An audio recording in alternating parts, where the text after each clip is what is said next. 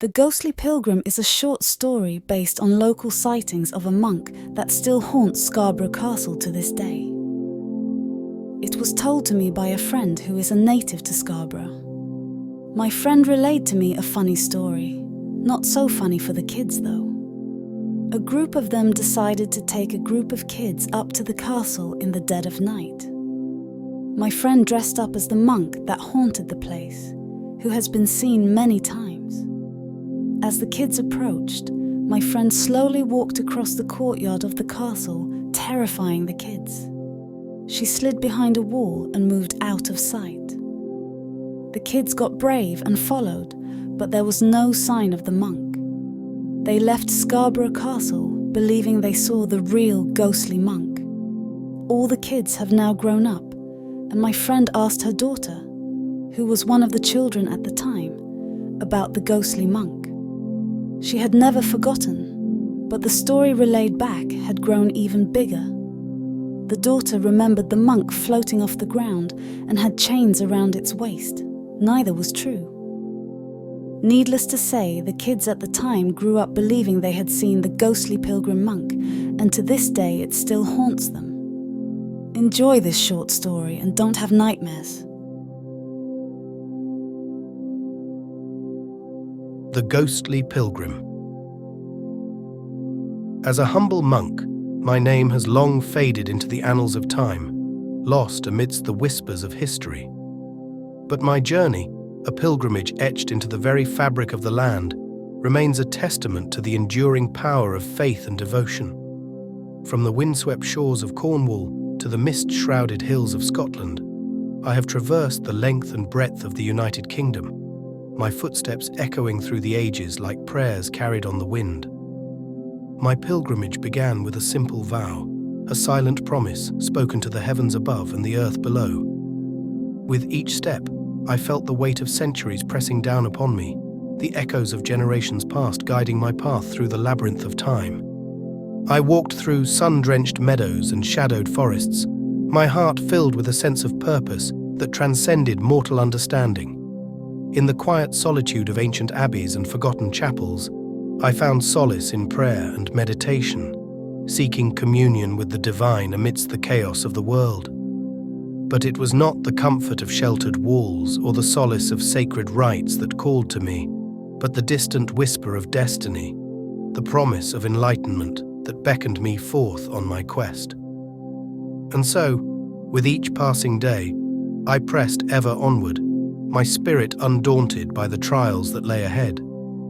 As I journeyed northward, the landscape grew wilder and more untamed, the air heavy with the scent of earth and sea.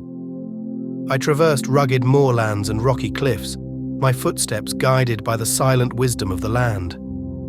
In the shadow of ancient ruins and crumbling castles, I found solace in the quiet contemplation of the divine, my mind adrift in a sea of timeless thoughts.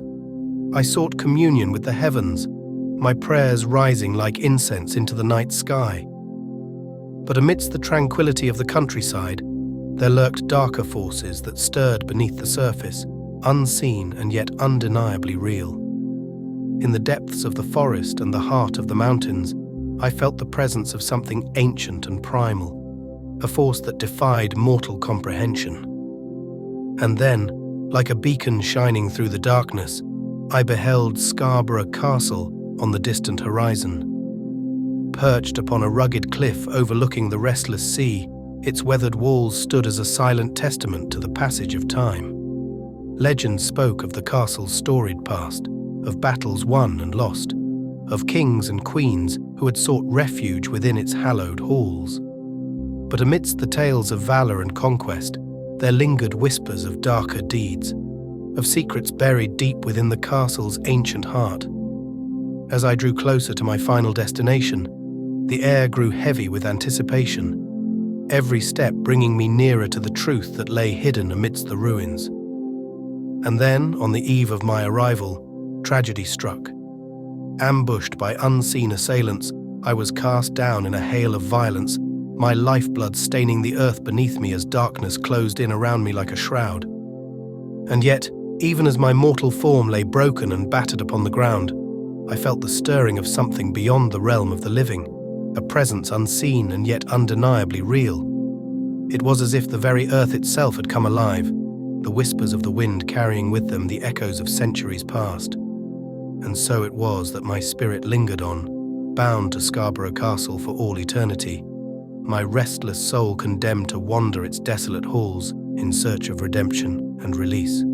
Centuries passed, and the castle fell into ruin, its once mighty walls reduced to little more than crumbling vestiges of a bygone era.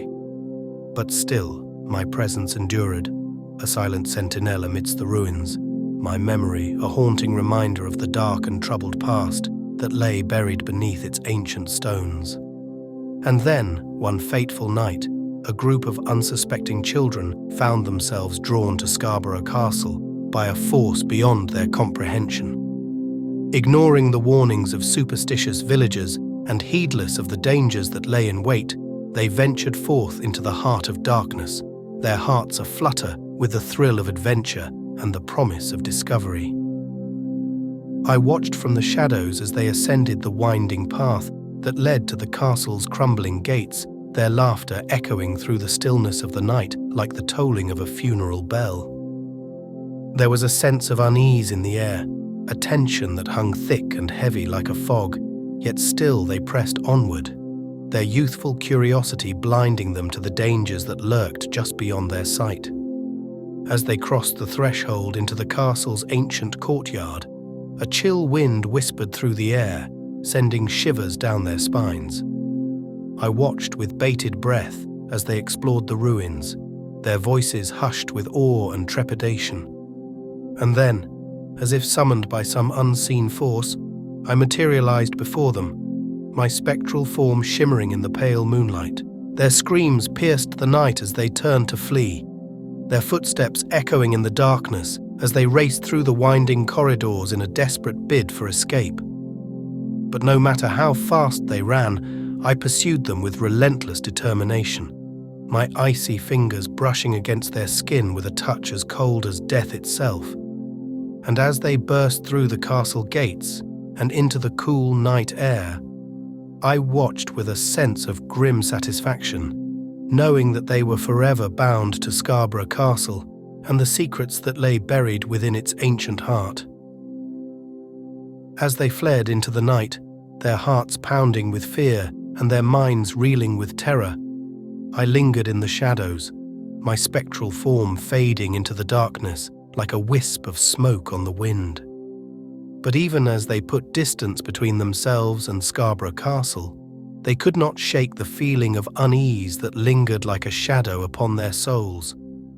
Nightmares plagued their sleep, visions of ghostly apparitions and haunted hallways haunting their dreams with a relentless intensity.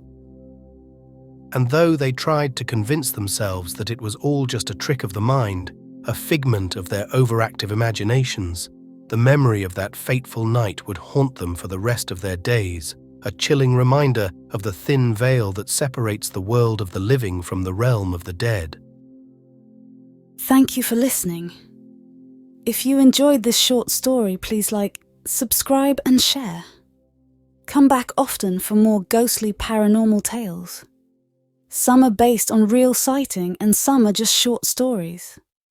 Either way, I hope you enjoy.